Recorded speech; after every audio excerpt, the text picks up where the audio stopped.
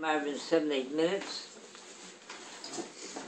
Shachris tomorrow morning, 7:45. 7:45 Shachris tomorrow morning. Shimon B'nai Omer. Rabbeinu HaKodesh had a number of sons. One of the sons was Shimon. He said, Shimon B'nai Omer, Kol Yomai Gudalti Ben HaChachomim. All of my days, I found myself surrounded. I grew up between Chachomim, and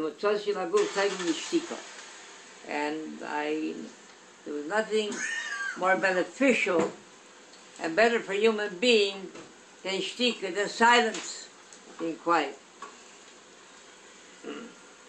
Most people go shtika, nothing more greater than silence. As written in the Mishnah from Rambam says, Elo ki yacharish chocham yechoshev. Some of the man who's short, who's deficient somewhat in wisdom, so just by remaining silent, so he could very well be taken for a wise human being. There's a story of one of the Gedolim, who in his community there was an unfortunate widow with orphans, Yisraelim, and she was behind in her mortgage payments. So the bank foreclosed on her, and they were putting her out in the street in the midst of winter. So she came crying to the bank president, tell on deaf ears. She came to the Rav of the community, and he knew the bank president, and he knew their policies. So he picked himself up in the evening, and he went to the home of the president of the bank, knocked on the door. Oh, the bank president said, oh, Rebbe, he said, my goodness, what an honor. Please, come in, take a seat. Takes a seat. And he says to him, what can I do for you? So he says, I can't tell you. He said, what do you mean you can't tell me? You came for this reason, you came for some, you didn't just come to sit on a chair. He said, no, I can't tell you why I came, so why can't you tell me? Because he says, I'll be wasting my breath if I'll make my request. He says, you're going to turn me down anyways, and our sages tell us is Kishem shekibalt ischar al drishe kach kibalt al aprishe. Just like I'll receive reward for saying what I'm supposed to say, I'll also receive reward for being silent when I should be silent. He said, because I know you won't listen to me. So he said, what do you mean you won't listen to me? What is it that you wanted? He said, I can't tell you because you won't listen to me.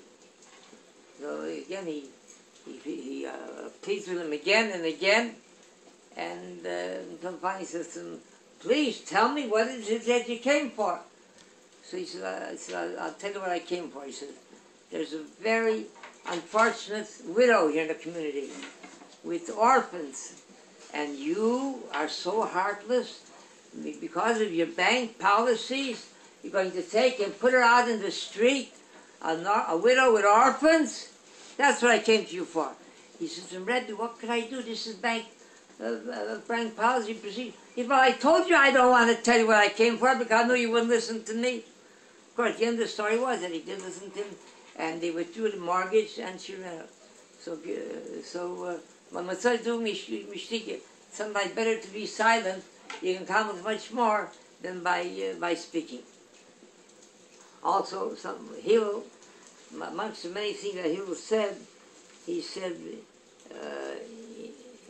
"Imenani v'mili v'im Shani asked me money, Masai. He says, unless I make sure to take care of myself, who will? And then Shani asked me, if I only think about myself, so what do I amount to? And and if I don't accomplish something now, so when will I? Time passes on.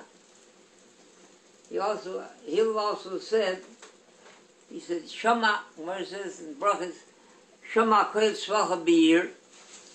If you heard screaming, a cry of anguish and screaming in the street, so he said, Muftach shein zeh b'seich beisi. I'm sure, I'm certain, I can rest easily that this that wherever the disaster is taking place, wherever a tragedy is taking place, it's not taking place in my home. We know the Gemara says that if his wife is expecting, and he says, he's saying a prayer that it should be a male, it should be a female. So Gemara says it's really shocked. It's a prayer in vain, because whatever it is, the child already is formed, and whatever it is, it's going to be. It's already formed there. So what's the meaning? How does he say Muftach shein zeh b'seich? How's he sure it's not in his house? How's he say offering a prayer that he knows it's not in his house? Maybe wherever the disaster is, it is. How can he pray that it's not in his house? Now the Pshat Zazek, that Hillel Hazoken, Hillel the sage, what he meant here was that the way the atmosphere and the outlook, the hashkafit, the outlook that he fostered in his family was that whatever takes place, no matter what kind of disaster or how troubled and how difficult times are, we have to have faith, and wouldn't be talking faith that the Almighty decreed this should take place, and we have to accept it. We have to accept it b'ava, with love, accept the decree.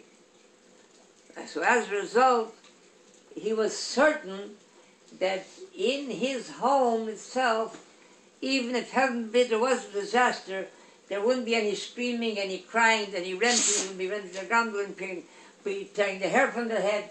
They accepted as a gzardin, something bahave, that this is what the Almighty, he's certain that this is not, because this is how he raises mishpachim. Chalai Bakash Oimer, what's HaKadosh Baruch Hu Zaki, he says, Yisrael, the Tikal Chibur Lam Torah, in this way, Shenamar, Adonai Chovis Matziv Koyak Lam Torah Yadi.